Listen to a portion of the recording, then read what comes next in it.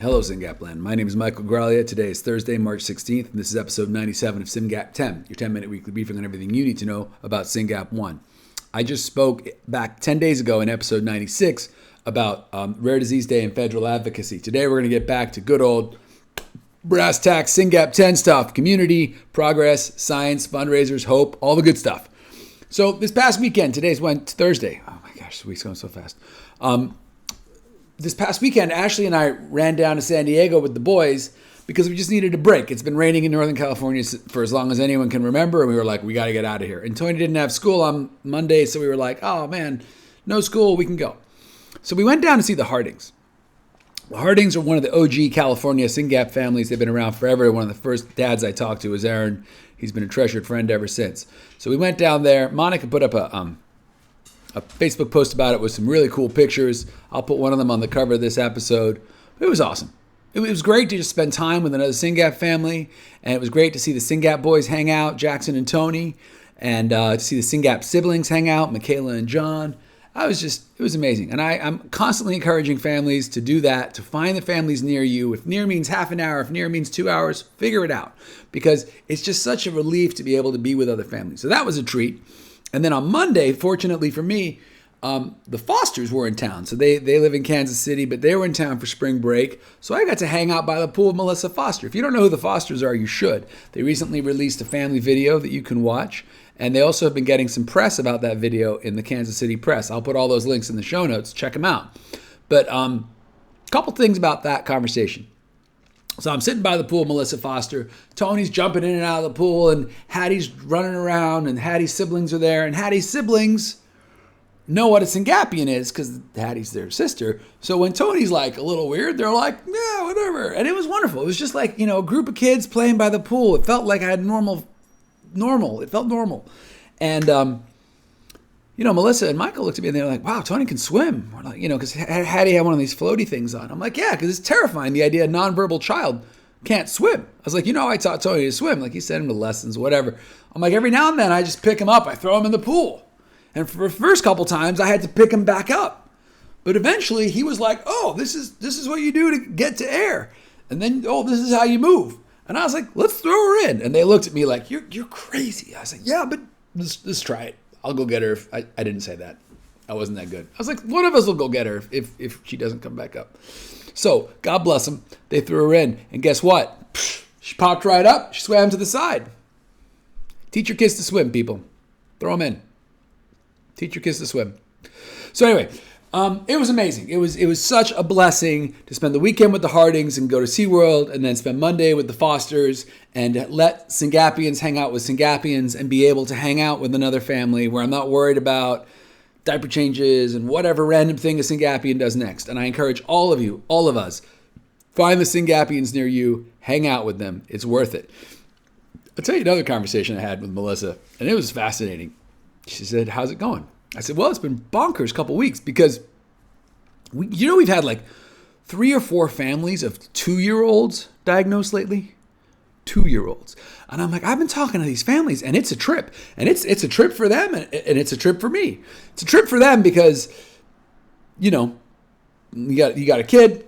They're about 2. You're like, something's not right. You go to doctor. You're fortunate to get referred to genetics. Someone says, delayed. Let's do genetic testing for neurodevelopmental disorders. You're like, fine, whatever. You sign. No one signs up for a genetic test thinking through what it means if they find something. But anyway, genetic testing. Suddenly you get Syngap. You Google Syngap. You find SRF. All of a sudden, this guy named Mike shows up. And I'm like, oh my gosh, this is incredible. And you're like, why are you happy? Why are you happy, Mike? My child is 2 and just got a diagnosis that tells me that the rest of their life will include seizures that haven't started yet, and blah, blah, blah, blah, blah. And I'm like, well, yes, that's terrible. You're right. And I have to remind myself that when Tony was diagnosed, Tony was 4. So I'd had twice as long as they did. In fact, more than twice as long, because in the years 3 and 4, the gaps get bigger. No matter how big your daddy denial is, my daddy denial was, you can't deny, okay, something's up with this kid. And then they start seizing. Because in the old days, it used to be by the old days, I mean like 5 years ago, nobody got diagnosed until they'd started seizing. But now, because of the prevalence of genetic testing and a better understanding amongst the clinicians, kids at 2 are being tested not because they had seizures, but because they had delays. And so for the family, it's like they still hadn't quite, most families, I'm not picking anyone out here, haven't quite got their head wrapped around this could be an inborn error, a genetic issue that will be a part of their entire life. Families have not had that thought yet.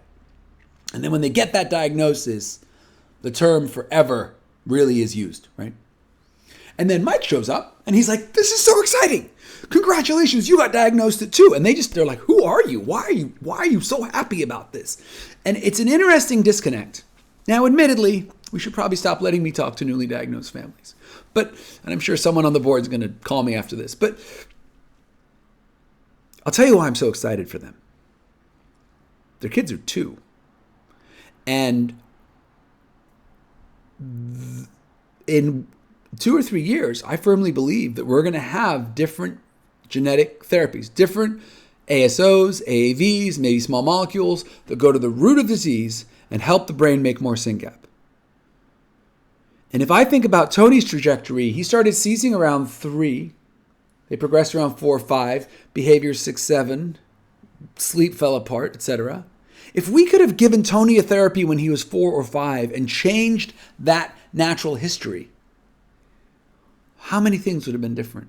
So when I meet these families, I'm excited for them because in 2 or 3 years when we have these therapies, their little kids will be 4 or 5. Tony will be 11 or 12. So it's going to take more medicine to start seeing results in Tony's brains. But in those little brains that still have so much more growth, there's tremendous hope. There's tremendous hope. There's tremendous reason for optimism with these littles. And it's just been a fascinating experience to talk to them. You know, because of the hard work of the Syngap Research Fund and our partnership with Ciitizen, we now know. Like, nobody could really tell me this is how this disease progresses. But in the show notes right now, I'll share a link to Jillian McKee from CHOP, who did a beautiful poster that summarized some of the work on Syngap. And then recently, there was a preprint out of Invitae by Brimble and company, who did a whole paper comparing Syngap with 5 other genes. Beautiful, beautiful work, all driven by Ciitizen data. By the way, if you haven't signed up for Ciitizen, sign up for Ciitizen. But we now know what the natural history of disease is. So you can now know what to look for when we give medicine and want to change that history to improve the future for these beautiful little children. One of those children, by the way, Grandpa just did Rima is in New York. And Grandpa did a beautiful article about spending time with her and how she is together. I'll put that link in the show notes. Rima's amazing. But if I think about these 4 2-year-olds, like LASF, DC area, New York area,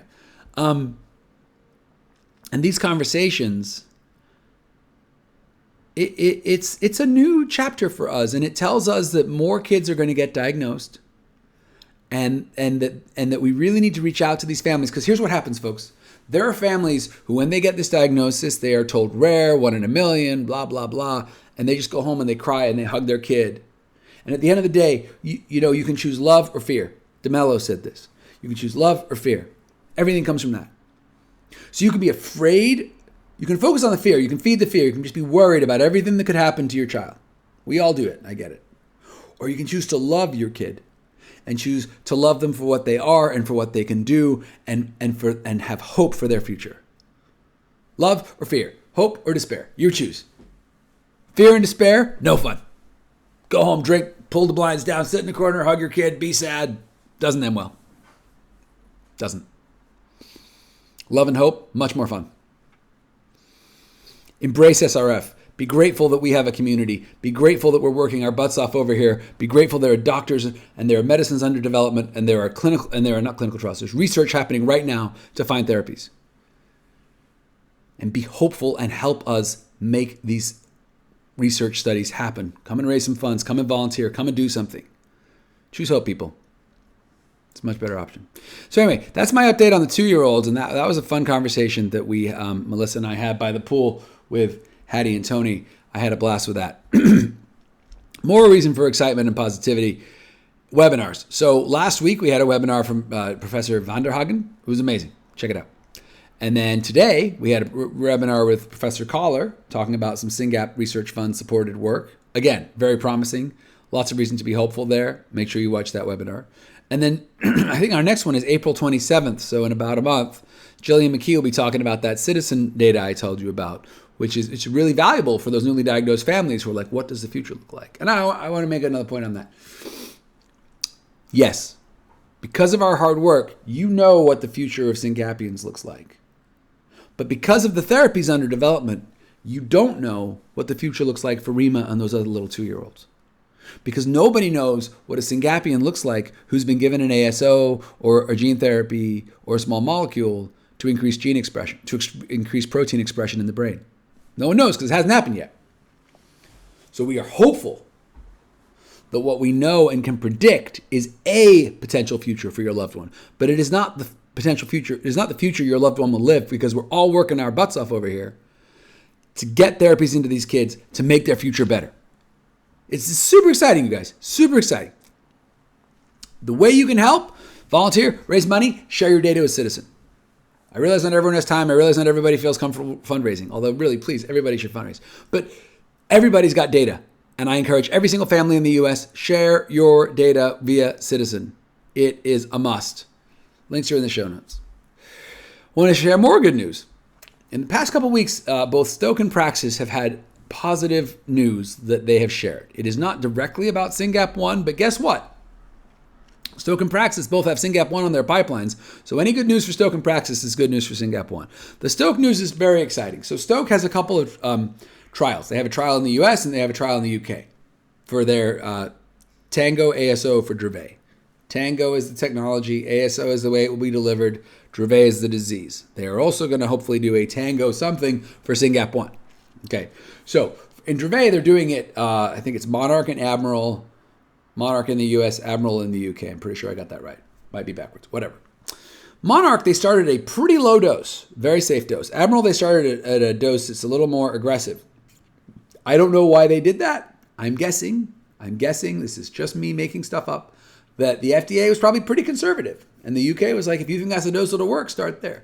So what's happened is that now in the US, they've been given permission to go up to the same dose, 70 milligrams in the US. So I suspect, this is just me talking, that the FDA has taken comfort from what they've seen in other regulatory environments, the UK, and they've approved going up. That's a big deal. That's a big deal, because what we're seeing here is we're starting to see the FDA getting more comfortable regulating ASOs, and that's what we want, ASOs for neurological diseases, right? Like ours. This is brand new stuff, guys. What Stoke is doing, I've talked about this in previous episodes, is a huge deal and hasn't been done before. An N of many for a CNS disease with an ASO, big deal. And so now that the FDA has allowed them to come up to 70, that's huge news. And it will hopefully get them better results in the US and allow them to eventually market an appropriate dose of drug here in the US, change a lot of lives of kids with Dravet, give Stoke some commercial success, and give Stoke more learning about, and the FDA together, because that's a partnership, right? About how to work together and how to regulate a similar drug for Syngap1. Congratulations, Stoke. And then, of course, there's Praxis. Praxis has a lot of drugs in their pipeline. They just announced that their phase 2 results were good enough that they're going to start talking to the FDA about doing a phase 3 trial for an essential tremor drug. Do we care about essential tremor? Not really. I mean, not great. We want those people to get better. But what we want is Praxis to have commercial success so they have enough money and people to keep working on Syngap1. So congratulations, Praxis, on your essential tremor drug. Remember, before essential tremor, they had a depression, I think, drug that didn't go well. And guess what happened after that? They fired like 100 people. It's hard to develop drugs if you don't have people. So, when there are companies working on our drugs, folks, you got to pay attention. You got to understand what's happening in that drug development space because it's complicated.